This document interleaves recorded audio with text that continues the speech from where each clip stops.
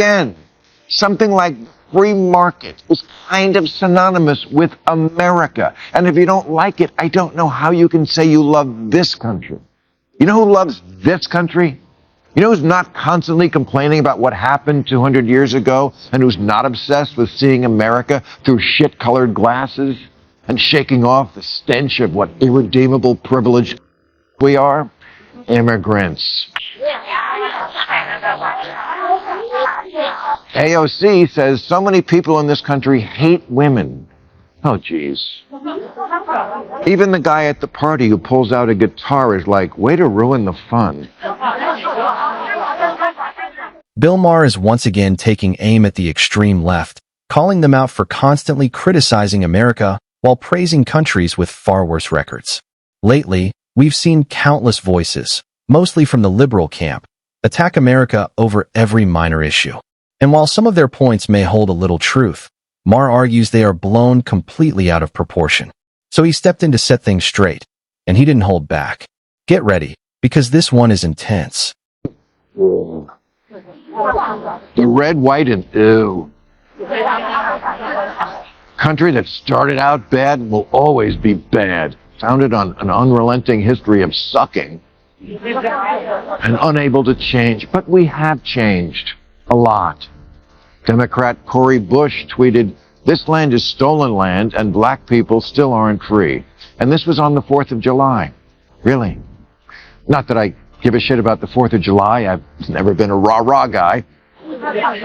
But I am a perspective guy.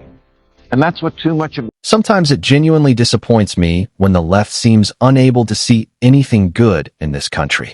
It's as if they're always searching for something to condemn, some past injustice or historical wrongdoing to hold against America forever. They claim we live on stolen land. But realistically, almost every nation in the world was shaped through conquest or conflict, including the very countries they glorify. They argue that black Americans still aren't truly free, yet this is the same nation that elected a black president not long ago. No, progress isn't perfect, but it's real. And that's the point people like Maher are making. America isn't flawless, but it's far from the villain it's portrayed to be. Instead of constantly tearing it down, maybe it's time to recognize that despite its scars, this country remains one of the few still striving to become better. Are optimistic about their future in America. Way more than white people the same age. And as far as the land goes, yes, I guess we could change the name of Captain America to Captain Stolen Land. Trust me, even that still wouldn't satisfy the woke crowd. No matter how often you apologize or how much you try to make amends, it's never enough for them. And honestly, what exactly do they expect? Are we supposed to pack our bags, hand over the entire country, and walk away? That's not justice. That's fantasy. This is why so many people are walking away from the far-left fringe. Their demands keep getting more extreme, more unrealistic, and completely disconnected from how the real world works. You can't build a better future by endlessly punishing the present for the mistakes of the past. All this does is divide people, push them apart, and create resentment. That's not progress. It's slow self-destruction. At some point, we need to stop chasing approval from those who will never be satisfied and start focusing on what actually brings the country together and moves it forward. Every public event now with one of those land acknowledgments where they say, "I'm standing on land that was stolen from the proud indigenous people of the Chumash tribe," I say either give it back or shut.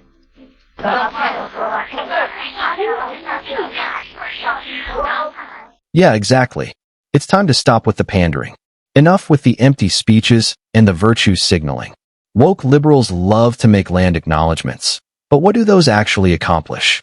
A few poetic lines before an event don't change history, and they certainly don't improve anyone's life. If they were genuinely serious about giving the land back, then let's see them start with their own homes, their neighborhoods, their university campuses. But that's where the talk conveniently stops. It's all about looking righteous without ever making any real sacrifice. That's why Maher's point hits so hard. This obsession with appearances over action has turned real activism into nothing more than performance. America doesn't need more theatrical speeches. It needs honest dialogue and practical solutions. Otherwise, All these heartfelt acknowledgments are just empty words drifting into nothing. We hate women. Oh, jeez. Even the guy at the party who pulls out a guitar is like, way to ruin the fun. There isn't another country on earth today that protects the rights and freedoms of women more than the United States. From equal opportunities in education and employment to the freedom to speak, vote, and lead at the highest levels, American women have liberties that millions of women around the world could only dream of. So when AOC claims that America doesn't like women just because voters didn't choose Hillary Clinton or Kamala Harris, it comes off as completely disingenuous. Elections aren't about gender. They're about leadership, competence, and vision. No one should be guilt-tripped into voting for a candidate simply to satisfy a diversity checklist. Kamala Harris, for example, didn't make a compelling enough case to earn that support. Supporting women's empowerment doesn't mean endorsing every woman who runs for office.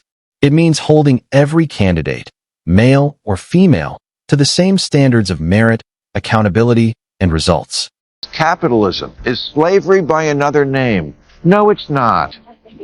It's the thing that has given more people more prosperity and hope than any other system, flawed though it surely is. But exactly. Capitalism, much like democracy itself, isn't flawless, but it remains the most proven engine for innovation, progress, and personal freedom. Unlike socialism or communism, systems the fringe left seems increasingly eager to romanticize. Capitalism has a track record of lifting millions out of poverty and rewarding hard work, talent, and creativity. To be fair, not every left-leaning person is a socialist, but the shift in that direction is unmistakable. You can hear it in the language of younger Democrats who talk about redistribution and equity as if they are instant, painless solutions. Influential voices like Mamani have helped repackage socialism as compassionate and fair, conveniently ignoring the historical reality of economic collapse and authoritarian control. The irony? These same advocates enjoy the comfort, opportunity, and freedom of speech that only a capitalist democracy can provide. Yet they're the first to call for dismantling the very system that makes those privileges possible.